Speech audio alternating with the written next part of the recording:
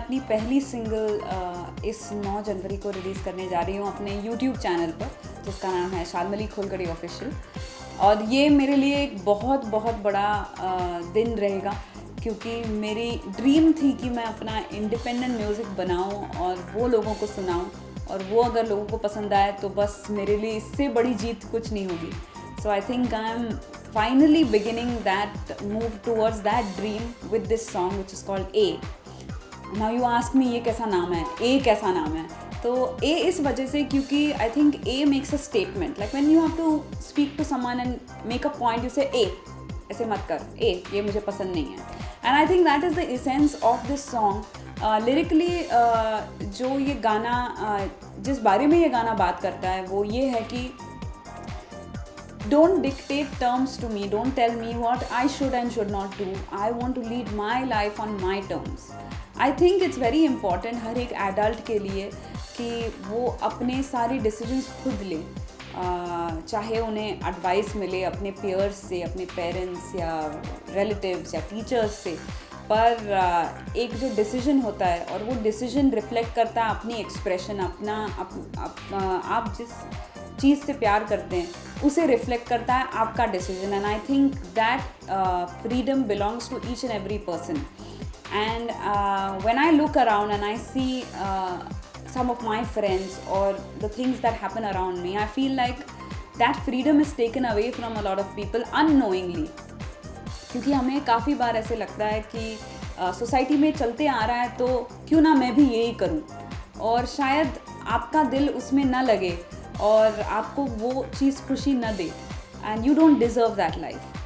And so this song जिसका नाम A है speaks about all these things.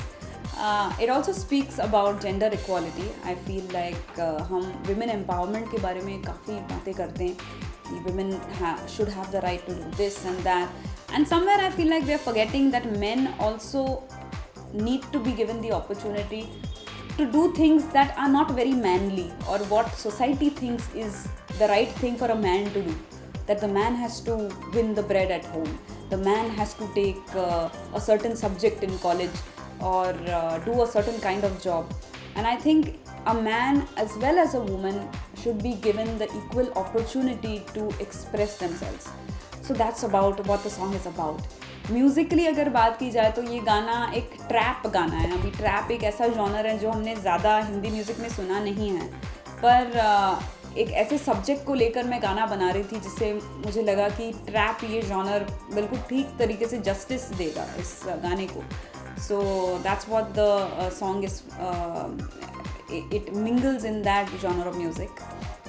और ये गाना मैंने कंपोज़ किया है, लिखा है मेरे दोस्त पराग अग्रवाल ने, जिसे मैं मिली फेसबुक पर। जी हाँ, फेसबुक पर काफ़ी इंटरेस्टिंग लोग भी मिलते हैं। So I think he is a fantastic writer. उन्होंने एंजल्स ऑफ रॉक शो में मेरे 3 गाने लिखे, and this is the 4th song he is writing for me. ये गाना प्रोड्यूस किया है मेरे बहुत बहुत करीब के दोस्त and my mentor I would say Sunny Sanawar. उनके काफ़ी सारे तेलुगु में बने गाने मैंने गाए हैं, और फाइनली मेरा बनाया हुआ गाना उन्होंने प्रोड्यूस किया है। So I think this is a very big deal for me that he agreed to work on my song. और इस गाने का वीडियो मैंने डायरेक्ट किया है, which I know as surprised as you are, I was also surprise कि एक तो मैंने कहा कि चलो करते हैं, मैं डायरेक्ट करूँगी, और I am just so thrilled कि मैंने इतनी सारी चीज़ें सीखी इस डिसीजन की वजह से। क्योंकि मेरे दोस्त माइकी मैकक्लेरी, उनसे मेरी बात हो रही थी और मैं उनको बता रही थी मुझे वीडियो डायरेक्ट करना है, सॉरी मुझे एक वीडियो बनाना है। तो उन्होंने कहा कि तो डायरेक्ट कौन कर रहा है?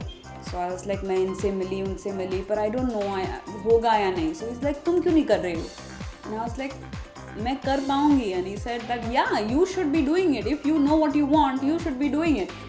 सर ओके, इनमें इतना कॉन्फिडेंस है मुझ में, तो why not I only do it. So I just decided one day कि मैं डायरेक्ट करूँगी अपना वीडियो। और आज इतने महीनों बाद आई think I am happy, very happy with what I have made, and I can only hope कि आपको भी वो सुनने में और देखने में पसंद आएगा। ये वीडियो इक्वलिटी के बारे में है। तो इन फ्यूचर में क्या और कोई इशू पे कुछ बेसिस पे ऐसा कुछ सॉन्ग्स देखने मिलेंगे?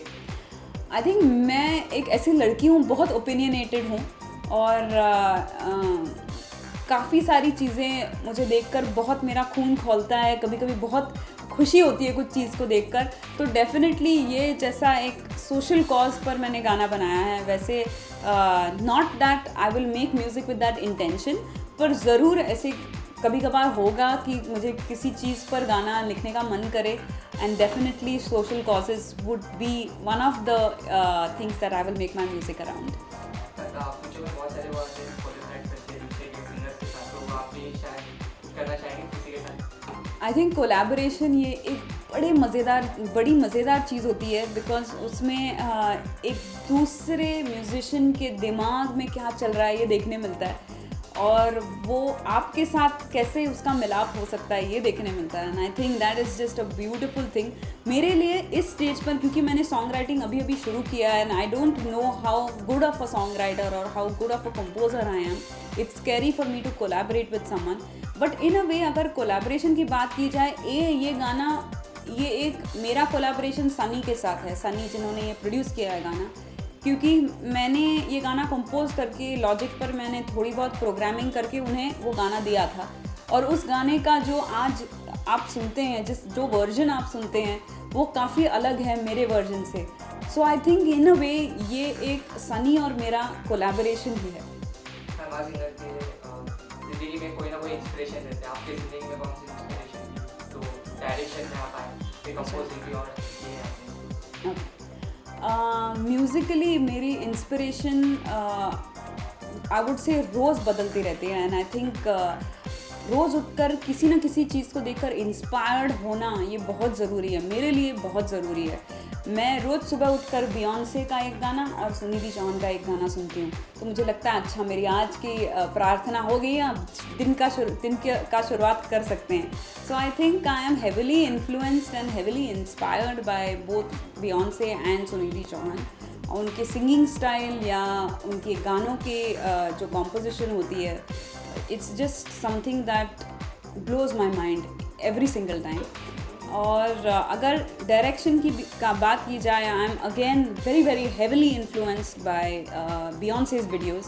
बियॉन्से के जो वीडियोज़ हैं, स्टार्टिंग फ्रॉम उनके जो ओल्ड वीडियोज़ थे तब से लेकर लेमोनेड जो उनका सबसे न्यूएस्ट एल्बम है, यहाँ तक कि सारे वीडियोज़ में इतनी वैरायटी और इतना इंटेलिजेंस देखने मिलता है in terms of creativity, that definitely I feel like I am heavily influenced bye her videos.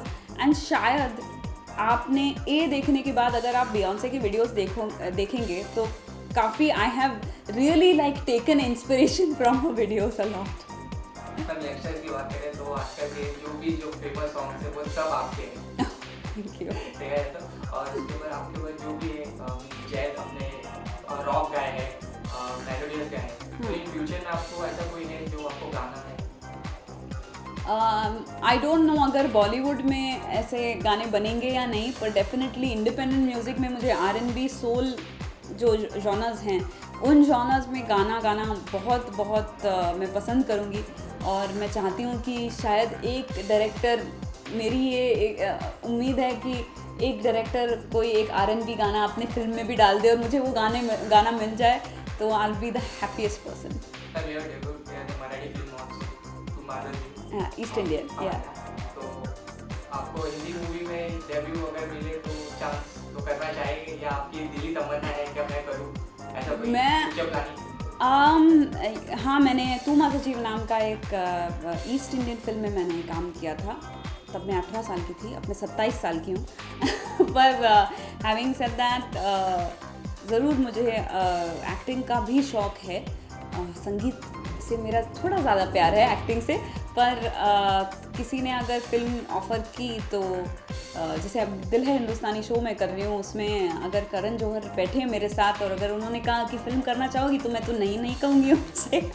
पागल होगी जो औरत नहीं कहेंगी उनसे। पर I think I will wait for that opportunity to come my way. But thank you जो आप सोचते हैं कि मुझे फिल्मों में भी आना चाहिए, और अभी के लिए मेरा फोकस संगीत पर है।